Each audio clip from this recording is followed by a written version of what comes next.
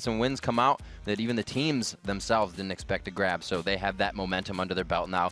With the bans coming out, we do see that Vayne will be taken out of this game from Niantanso, as well as the Shan Global from Mega Zero or Claky in the jungle, because they've been using that around. We're seeing more and more Vayne bans, Riv. Yep. It's happened mainly against Doublelift, but then Niantanso had a great game as well. You see it all the time over in OGN as well. You see it sometimes in Europe, but Vayne not allowed for Niantanso. I don't think that's going to be too big of an impact for him. He's played a lot of different AD carries, but it's definitely something that Curse is afraid of. It might have to do with the meaty team comps that Curse likes to run. Vayne has that percent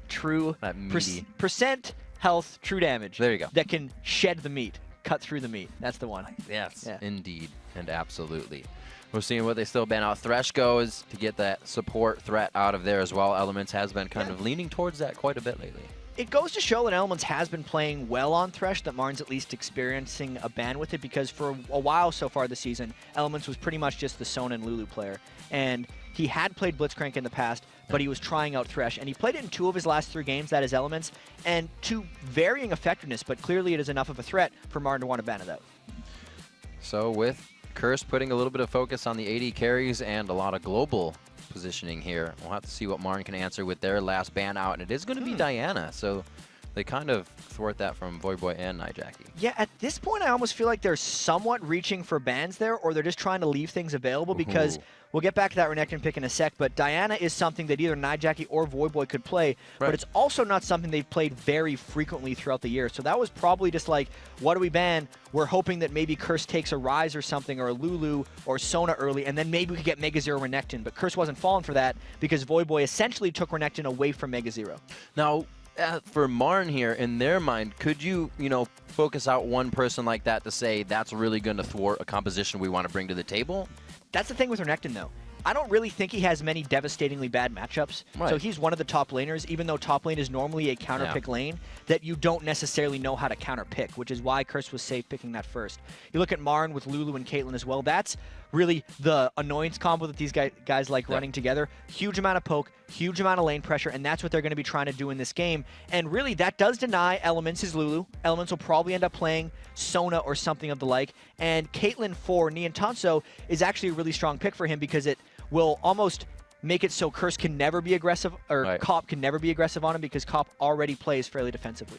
And it seems like with this Diana the ban, it would synergize with the picks that Curse is coming out. So maybe Curse still going for the lineup that they want, just not without Diana right now. And Cop probably going to get his Taster's Choice pick here with Misfortune. Cop picks Misfortune whenever it's up. He has been trending away a little bit lately, sometimes Kog'Maw, sometimes Varus. Misfortune's not the best lane matchup against Caitlyn, so if they pick this, I'd think they'd go for a lane swap. And they took their time on getting that, but they did end up deciding to go for MF. So that's not to be a big surprise for Curse or for Marn. Probably see the Sona coming out for Curse as well. We'll have to see what Marn has on the table.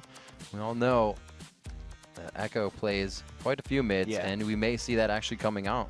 Ooh, so obviously Claky D is going to be on that Jarvan. He's loved that since the very beginning. And the Malphite coming out, that's going to be a Mega Zero pick. He had an extremely good Malphite game. I believe it was last week. He had, I don't remember the exact scoreline, but it was very, very impressive. And he'll be happy about that. This is the dive comp to punish Cop for playing Misfortune. They need to get through that bullet time quickly and shut it down so their team doesn't get AoE'd out. I actually remember this is when Cop was on, I think it was Kog'Maw, but they were able to pretty much just run him over and over and over. So we'll have to see if he has his Misfortune. He has a little bit of escape that she brings with that strut. We'll see if he can make it happen. But Mega Zero is, like you said, going to be gunning for that back line. They have the tank to get in there.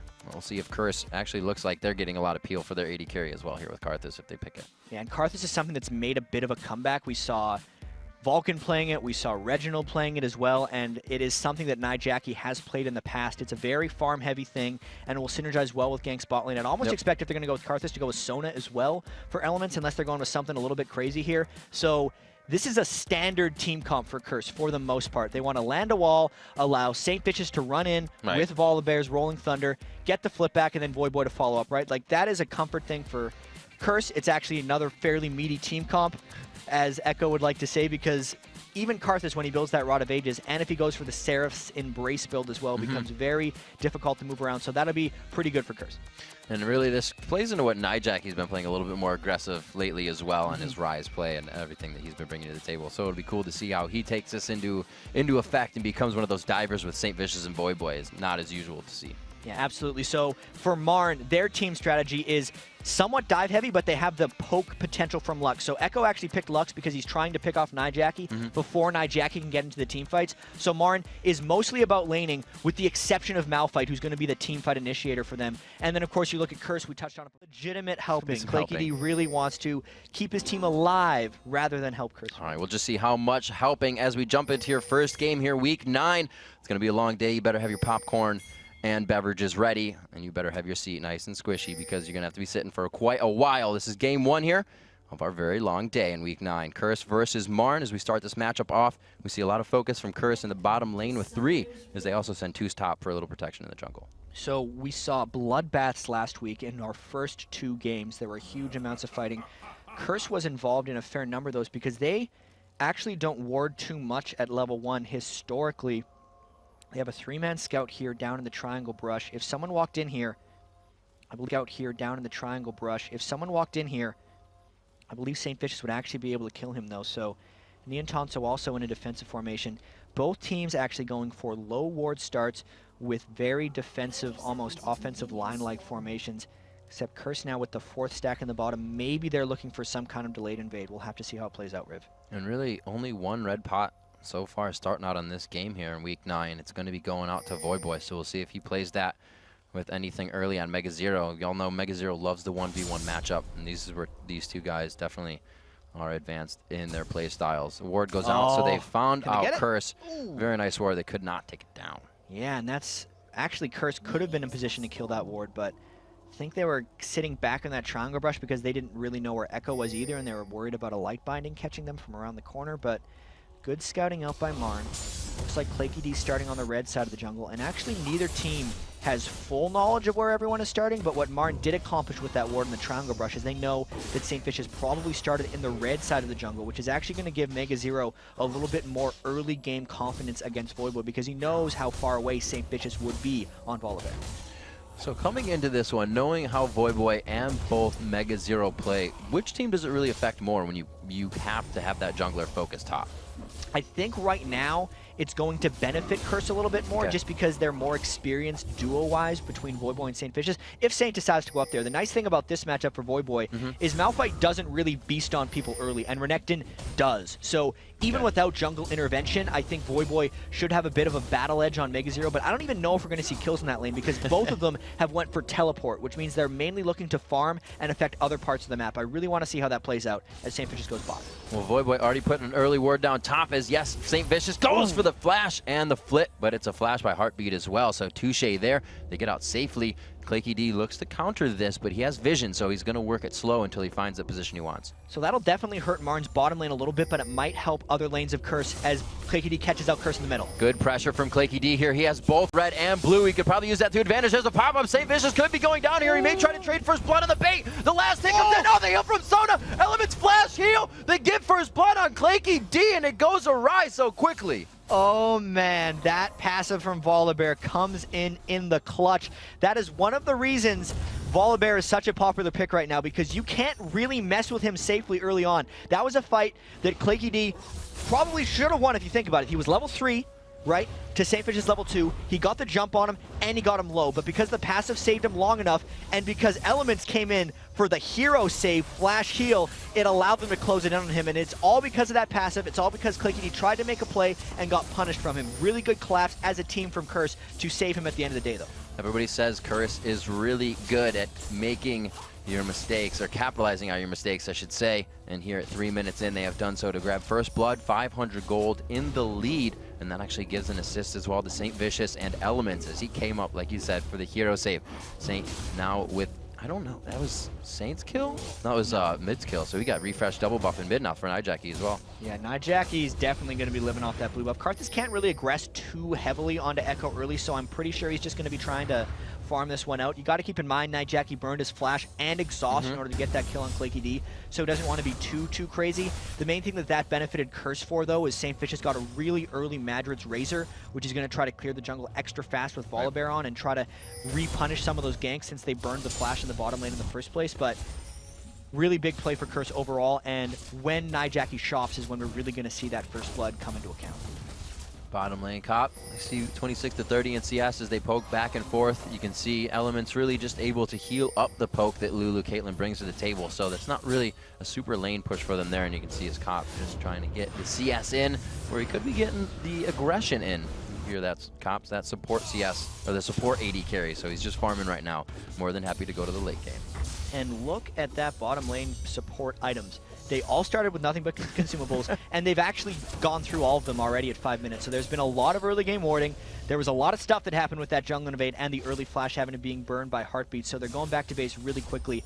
You can see Elements has actually shopped first, and Cop has shopped first as well. So this is something you have to keep track of in these duo lanes. If you fall a shot behind the enemy, you're going to get bullied for a little while. That's why Heartbeat is going back at the same time, and that's why Niantanso is mainly clearing that wave. And the decision now is to go back early and keep up in items as Cop, or try to get a bigger CS advantage. And it looks like Niantanso spending the extra time to shove. And is that a way a team can force another one to play out of their style? If you do have a lead early, you go back. Does that force the other team to have to go back and put them in a bad spot? Usually, the first person to go back has to be matched. You have to take a pretty big risk if you don't match it. So Cursre kind of initiated the buy race because they knew they had enough for the Vamp Scepter and the Health Crystal plus Pink Ward that they wanted. But because Niantanso stuck around longer, he actually got the second Doran's Blade. So even though the team seemed to be behind, and because Elements had an assist, it's not going to work out that way, because when they return to base or return to lane, Niantanso's going to have that 10 AD edge from the Doran's Blade. We'll see how that factors into the lane. He, like you said, was able to get a bit of CS there. We'll see if he can capitalize on the advantage. Coming up round 7, MegaZero finding some aggression in the top lane as he does not have the ward, and Voyboys just went out, so they made sure St. Vicious came up to save any of a counterattack. It looks like they may find that here from Claky. The Requiem comes out. It may not be enough. It is, though. Claky D is going to have to fend off the rest. That was the level 6 tick for Voyboy coming in just as St. Vicious came by. And that's one of those things that MegaZero's inexperience hurt him a little bit on. He was pushed up in the lane too far. When Voyboy had hit the level 6, he couldn't use his Unstoppable Force to escape, which would have really helped, and he needed to be sitting farther back in case something like that were to happen. And you can see how just good, or not good, but happy Voyboy is in that lane. Hasn't even used the red elixir, went back, bought a Doran's. He is just farming that out, pushing it. Doesn't have the ward, so he starts to move around, saving mid, not saving mid for Nightjackie, but hooking up that experience, getting himself back into the game. So they're really just moving around the map everywhere, making sure that pressure is held.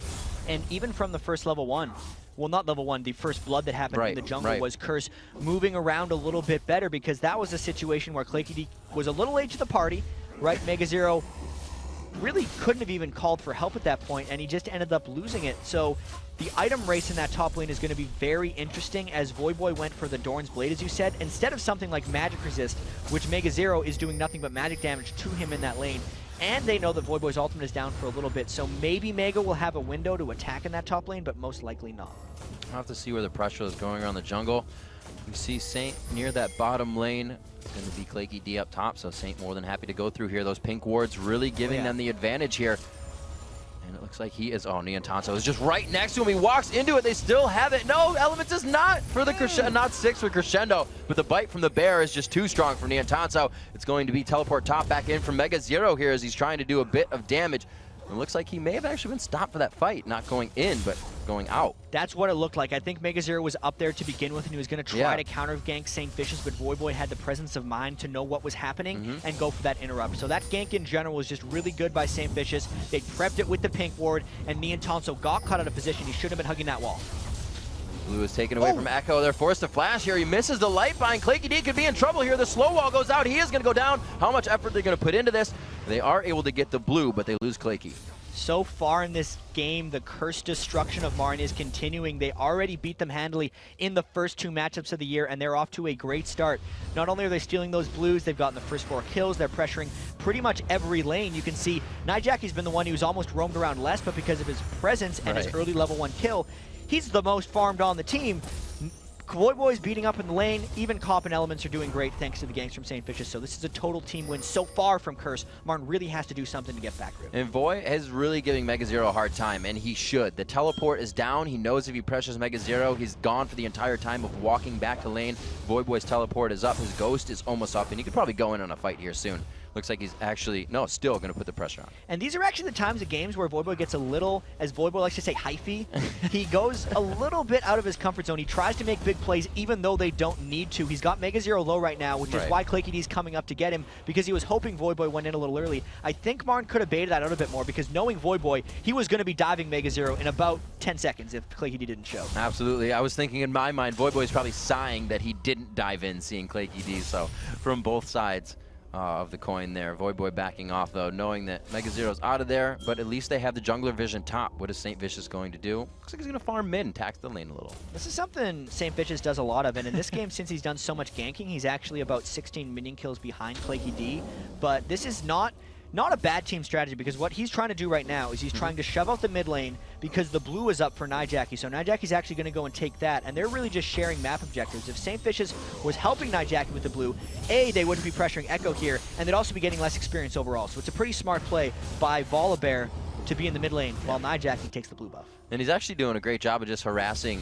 down Echo. Echo's still only 3 CS above Nijaki, and he's been out of lane for that entire time. So good little bit of pressure there as they keep it all around the map. We've even seen Voyboy come from the top lane to farm mid as Nijaki went back. So Cursre is really just on the move to cover each other. Yeah, it's the rotations, right? It's something you see more in competitive play because you don't really learn rotation from solo queue. Everyone just kind of does their own thing and selfishly farms themselves. You'll see top lane late game. In these games, everyone shares ward positions, they share buffs, they share lanes if they're doing it right. And Cursre is one of the best NA teams, which is one of the reasons they're ranked 1 in our standings. So at 16,000 gold, we have about teleport 14,000. The teleport is coming in bot. Mega Zero going hard on this one. He does have the unstoppable force up. They wait very patiently on this. Cataclysm locks in elements. They could actually still have Cop here if they decide to go, but no, it's the teleport in from Voyboy this time. Wild Growth onto him. He can't certainly find a kill. He's looking for the last hit. One coming in there. It looks like he could finish off another one. They're going to go for a full dive here. St. Vicious, that last hit for the passive ticking on for him keeps him alive. Voyboy finally finds the double kill. Ace in the hole does not kill St. Vicious. Oh, man. That passive too strong. Cop onto Mega Zero, and now it's just a standoff between Mega Zero. Cop coming in from the side, though. Will Voyboy try to take this one up? Cop takes the damage from the turret. They're going to trade it off. He might make it out. Oh, Cursre minion's way too strong. Voyboy gets a 3rd kill on the fight. So a huge win for Cursre there. I think Elements died at the start, but that turns into a 4-for-1 for Cursre. They countered the teleport with the teleport, and then St. Vicious, even though he was a little late, got there, because what happened at the start is Martin was completely willing to take a whole bunch of just auxiliary damage because they knew they had the kill lined up on Elements, and they thought since they had 4 people down there, there was no way the Cursre was going to be able to counter that with a gank. They probably forgot a bit about Voyboy's teleport on the creep line in the back, and St. Vicious arrived at just the right time, turning a 4v4 into a huge win since Marn was willing to take all that free damage, getting the first kill.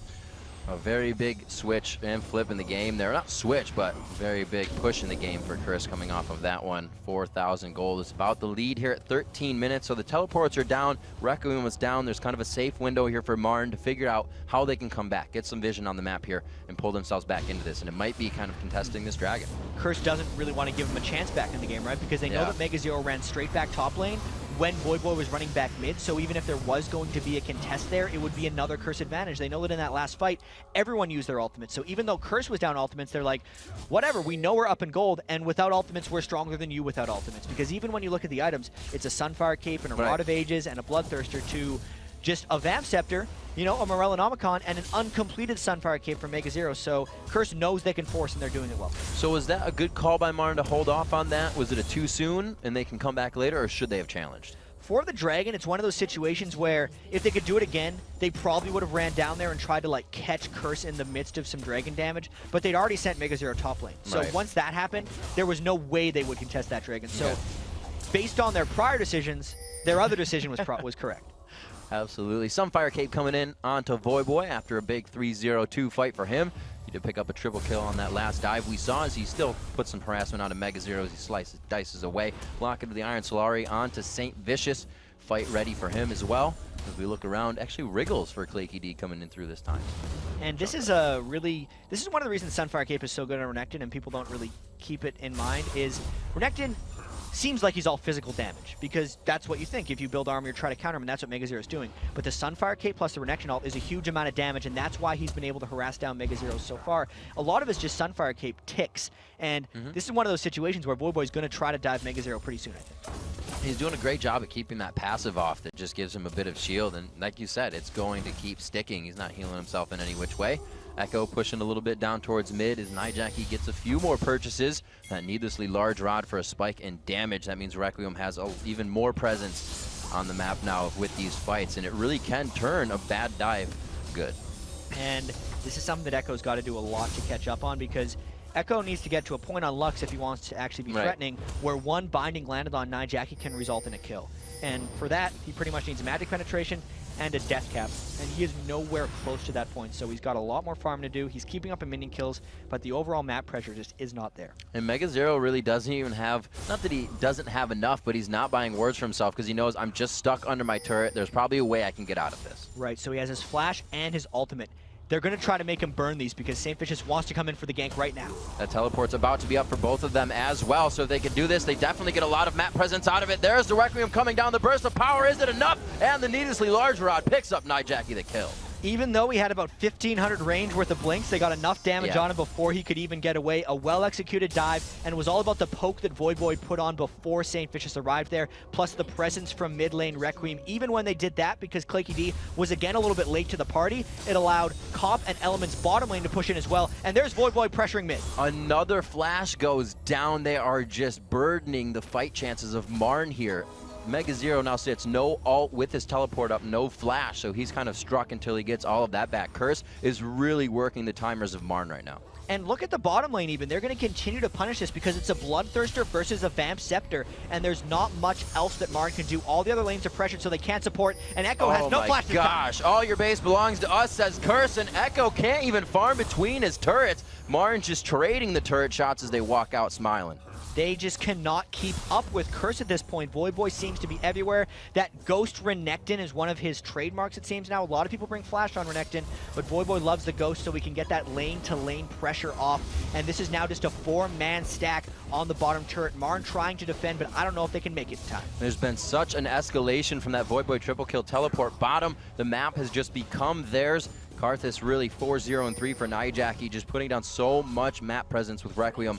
Marn cannot find a way back into this one right now. It's going to be a slow and steady. It's only 10-1 here at 17 minutes. We've seen a lot longer games, and we've seen them go harder. And Curse knows that they are really one game ahead of Dignitas in the standings, and that's just in the lost bracket. So they're really coming to play against Marn here, and this is just almost more of the same for them against Marn. I think the last game we mentioned was 16-2 kill and deaths, and this is on the way of becoming that. We're only 17 minutes in. They have an 8,300 gold advantage. That's close to a 50% gold lead right now. And Voyboy, if he runs into Mega Zero, he's got 3 levels on him.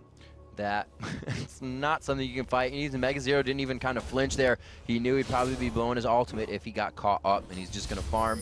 Still doesn't have a ward for himself, and these guys need to start putting those little advantages on the map for themselves. It's really, really tricky for Marn at this point, though, because I don't think anyone on their team can actually win a 1v1 against anyone on Curse. Like, if Elements were to fight Echo or Niantanso, then maybe, right? The support. But you even look at the gold differentials, it's like, there's 4,200 gold on Elements, right? There's 4,500 gold on Mega Zero, the top lane solo from Marn right now. So it's just really a detrimental gold advantage. Everyone else isn't even close, and Voyboy's just sitting on 2,000 gold, deciding what to buy in base. He actually bought boots. He had 2,900 when he went back. Yeah, that's just unreal. So he's like you said, he was 3 levels above. Usually you want to go back and buy. He didn't even have to. His levels are doing it for him. Right, you actually get a huge amount of gold out of the levels as well. So like, not only is he that 2,000, 3,000 gold ahead of Mega Zero, he's got the 3 levels, which is got to be close to 1,000 gold worth of stats. So that's just... Plus an ultimate of stats. A lot of it, yeah, plus the ultimate of Renekton, which is just like, I'm a monster with 2 extra Sunfire Capes. Congratulations. And it's just Marn struggling and Curse playing exceedingly well right now. Well, they definitely want that first place spot to stick here. They have earned it, and they are going to try to control that first place wave all the way through to the end of the LCS. As we look around, a Morellonomicon finished up here for Echo. Not putting out the damage they need, though, but they do get some core items under their belt finally. He's really pushing for, it looks like, the Infinity Edge for Niantanzo as he got that Scepter early, and it may have set him back a bit. And look at this. We always talk about the multiplicative nature of AD carry items. Right now, Cop's got the Bloodthirster for the AD ratio on his ultimate, plus the Last Whisper to just cut through whatever little armor Marn has been able to get with his bullet time. And Niantanzo hasn't even completed his first, so he can't even start multiplying because he hasn't gotten his first one yet. Cursre needs to continue to keep this pressure up, and they're just going to punish Marn for being so far behind. It looks like Saint is going to find Mega Zero here. Probably no kill, but a little bit of harass. 20 minutes in, we can see starting to group into that mid lane. It's probably going to be an objective quite soon here, if not just a fight brought out by something St. Vicious or Voidboy starts. And we'll see how Marn handles this because they're corralled in their mid lane here. The split push or try push continues as St. Vicious and Voidboy see Mega. They don't really care. They know that Mega's kind of screwed, so they're just going to push the lane, I think. That's like the second time they've just kind of waltzed past each other. They kind of know where this is going. They've been down this road before, but Mega and the team, they want to take that fork in the road this time. They want to find the other way around, take the high road. It's going to be a tough one, but it could be that victory for him here and take down Cursre and take that game away from them. I'm sure Dignitas would be quite happy. They're sitting, waiting bated breath right now. Nijaki going to pick up this blue. Again, just denying that resource for Marn. They're just having such a rough game right now, 20 minutes in. Yeah, Cop actually ended up taking that one because I think they saw the ward over the wall and they were like, they might steal, let's go right. something. St. Vicious with a flip on Mega, though. I wonder if they're going to go on this under the tower. Going pretty hard here. St. Vicious taking quite a bit of damage, but he's not too scared. It looks like they will stick in for the most part of it. And look at, they're just trying to kind of string Marn out here. Push him up to the top, push him up to the mid. Now they can push mid. They're probably going to leave Voidboy in that top lane. Actually, he comes down, so they're putting a lot of pressure here.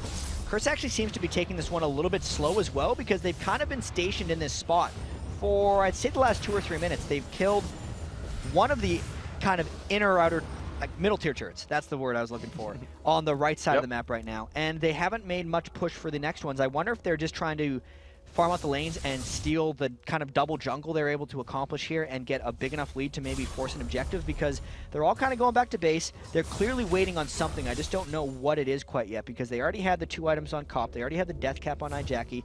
Voidboy had already went back and spent all his gold, but they're probably just waiting for the next round of it because they know they're continuing to extend that gold lead based on their map positioning, and they're waiting for the kind of the guaranteed victory.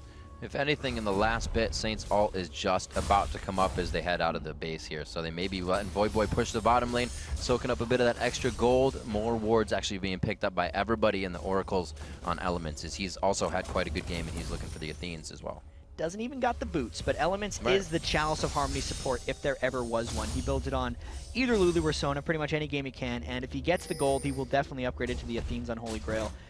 Just not, relying on his positioning. Last week he had some rough crescendos that he's got to everybody's had their share. He wants revenge for those bad crescendos. And he actually hasn't had an opportunity to land a great one this game because there haven't been team fights. No, actually, that's very true. Marn has just found themselves out being singled out here 10 times to the one time they were able to come back and grab that one for themselves. But yeah, in those 10 kills, you're right, there really hasn't been a team fight. We haven't seen the potential. Mega Zero and Claky D can land some amazing ultimates that will group up for a Lux Laser and really the continuation of damage after Wild Growth. So yeah, it's a lot in words and it's a lot to make it happen, but can they? And I don't know, Mega Zero's gonna walk into the bush here. Oh my gosh, they pinch him from both sides as they come in. The Unstoppable Force hits the team, but it hits him on the outside. The bullet time back around. They get Cop. There is the fight potential, but they are just pushed out. Voidboy and St. Vicious not even taking damage. Niantanzo can't even get away from these two. They are just walking without even using crowd control. Double kill for Cop. It's going to be a 2 for 3, though. I gotta say, that wasn't that bad for Marn considering how far behind they were. Obviously, Niantanzo got manhandled by Crocodile and Bear running through for him, but Elements didn't get a chance for Crescendo. Echo landed a beautiful combo at the start of that fight and completely wiped out Curse's backline just right off the bat, but because Cursre had such a big lead, because Voidboy and St. Vicious manhandled Niantanzo so heavily, they still get a turret out of it. There is so much zoning to come from Nijaki, Saint, and Voidboy. We saw the Unstoppable Force pass them, and they were like, all right, let's go. And like you said, Niantanzo just ran for his life. 41,000 gold here for Cursre, too. 30,000 gold for Marn. 13 to 3. And like you said, doing quite well there to pick up 2 Comp and Elements. But that fight's going to go on quite long when you have that HP bar of Voidboy and St. Vicious. So they got to figure out a way to get that damage now. So they got to hold off, farm it up, and really figure out what objective to go after next. And I wonder if that fight's going to scare Cursre off a little bit just because of how poorly it went, right? They definitely shouldn't have traded 3 for 2 in that situation. It was just the fact that Cop and Elements clumped and allowed Mega to hit the Unstoppable Force into Echo's Final Spark in that one. And they should feel fairly confident poking around Baron, but mainly looking for a fight, because thanks to the existence of Lux for Marn, Echo has the Baron steal potential, which I'm sure they've been watching last week and they saw the Baron steal that Link pulled off in their game. So they're going to be cautious, right? They got to wait on the Karthus Requiem. They're waiting on Voyboy's Dominus, his Renekton, and they're going to try again. And I'm pretty sure if Cop and Elements don't get instantly killed in the next fight, they're going to walk them off the board. Absolutely. That's exactly what a 5-0-4 Crocodile, a 2-0-8 Bear, and a 4-0-6 Lich King will do to you. A lot of money coming in on the side of Cursre. If they can't use it right in the next fight, like we saw, it could still beat Marn. But can they take out Voyboy? And St. Vicious so big right now, setting up in the bush, and the Oracles is there. Yeah, and Marn is sitting in a brush that is not warded. They're hoping to catch a straggler coming through for this. They actually might think the Baron is being taken right now. So they're walking through. They're trying to scout it out. They throw the binding in, and there's St. Vicious from the back.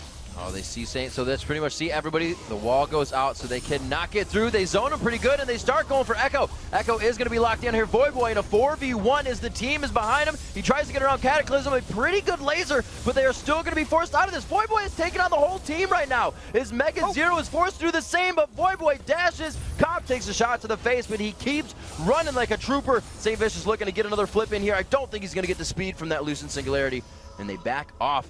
14-3, only grabbing 1 there. Yeah, Voyboy just went mad mode in that fight, taking on 4, but unfortunately for Cursre, they still only got the 1 kill out of it, right? They burned all of their ultimates except for Crescendo. Once again, Element still waiting to find that perfect shot, and they're just going to try to reset this fight, I think, because they know they have the kill advantage. They still have the Oracles from Saint, and the Baron presence still exists, so now Saint's going in again. Oh, the cooldown's being down. There goes to Whimsy. Will they be able to take down Heartbeat here? The exhaust goes out a lot for just a little Lulu. Heartbeat falls, and it's going to be a 5v1 pressure now coming from Cursre. Voyboy trying to chase down Echo and Niantanso, but this is probably a losing battle. There's the Ghost. Voyboy in chase. Lucent Singularity is only going to slow him for so long. He dodges the light binding. Echo now running for his life. He's going to try to fit some dragon damage in here if they do get it on, but it's not going to be enough for anybody. Voyboy picks up another kill, 6-0-5. Oh, Cursre is just going to pick up this little treat as well at the end of it. So they get 2 kills worth of gold essentially off the dragon after that fight. And only 26 minutes in here. It's already 16 kills to 3. Marn, their backs are through the wall right now. I don't know if they can still push themselves back up from this one. And at this point, Cursre has already pulled off a few Baron execution plays. Not too many signs of life coming out from Marn. I'm not really sure what they're going to do here, Riv. 46 to 33,000 is a pretty grim gold score if you're looking at it from the bottom side here. 16-3. Marn loves to be in this position, though. This is where they were coming into qualifying. This is where they were in the qualifiers, and now they're in the LCS. So we'll see if they can thrive in this spot once more with this little amount of gold. They still have the core items that they need to come out here. If Caitlyn can get some attack speed and they can get enough peel for Niantanso, he is an AD carry that can take out Cursre. But it's all about Voyboy right now. Really, Saint's even helping the backside. Voyboy took on 4 people last fight. And it's also about the items, right? Niantanso's still just sitting on that Infinity Edge. Whereas Cop's completed his 3rd big item. Obviously, Infinity Edge is the most expensive item. But Cursre is just taking the Baron. I mean, Marn has been baited throughout this area. They're worried about the fight coming in from the backside, and which is why they were delayed going in for that. Cursre spiked it down so quickly with the sustained damage from both Nijaki and Cop that now with the Baron, they might look for a final dive. And let's just touch on these items really quickly. St. Vicious picked up Captain Boots. So when he goes in, the rest of his team will get that move speed buff following him. It's about time someone build those boots. St. Vicious always talks about how expensive they are, but because they have such a big gold lead, he was able to pick them up. And it works perfect with Sona on your backside too, pushing everybody with the aura. Look at some of the other items bought out here. We see Cop having a real good game, went for that static shiv, knowing that he wasn't going to really need all that burst from Phantom Dancer, also putting that split push damage into his kit. So these guys really just feeling good about this game. The Athenes finally finished on Elements, and a possible final push here as they start the first inhibitor turret. At some point, Marn's going to want to engage. They got a lot of poke down on the Voyboy, and they're waiting. I thought it was going to be a Cataclysm Unstoppable Force follow-up on that. They wait there. That could have been one of their few chances that Cursre will really give up. Cop was very far ahead in the lineup there. Elements, like you said, though, waiting for that perfect crescendo, and he was lined up horizontally on them. Yeah, no matter what they do, they're still going to have to deal with Nijaki's Requiem, right? With the Void Staff, Rod of Ages, and Death Cap coming through on this one, it's like, even if they kill Jackie, everyone's going to lose about half their health. So the little damage that goes, it's coming now. Ian Tonso does have to cleanse out of this when he gets himself to the backside. It's going to be Mega Zero and Clicky D inside the Cataclysm, but they're getting rocked out by Void Boy and crew. Element's coming up with a kill for himself this time. Echo gets bitten out by the bear once more, and we're going to see 20-3 here, 29 minutes. The first inhibitor goes down. Those are some long death chambers, and it looks like they may have the Nexus. They have such control this entire game. Cursre just probably going to tank up some of these turrets. Nobody died in that 4-for-0. Nexus turret's going down. Think they're going to get it. They added a few more kills on from last time. 20-3 in this 30-minute matchup here for Cursre versus MRN in game 1 of the day. Cursre playing very dominant in this one. Void Boy having a great game at 7-0-6 along with the rest of the team. They look to take out the Nexus and take out MRN. One of the most solid performances we've seen from Cursre all year.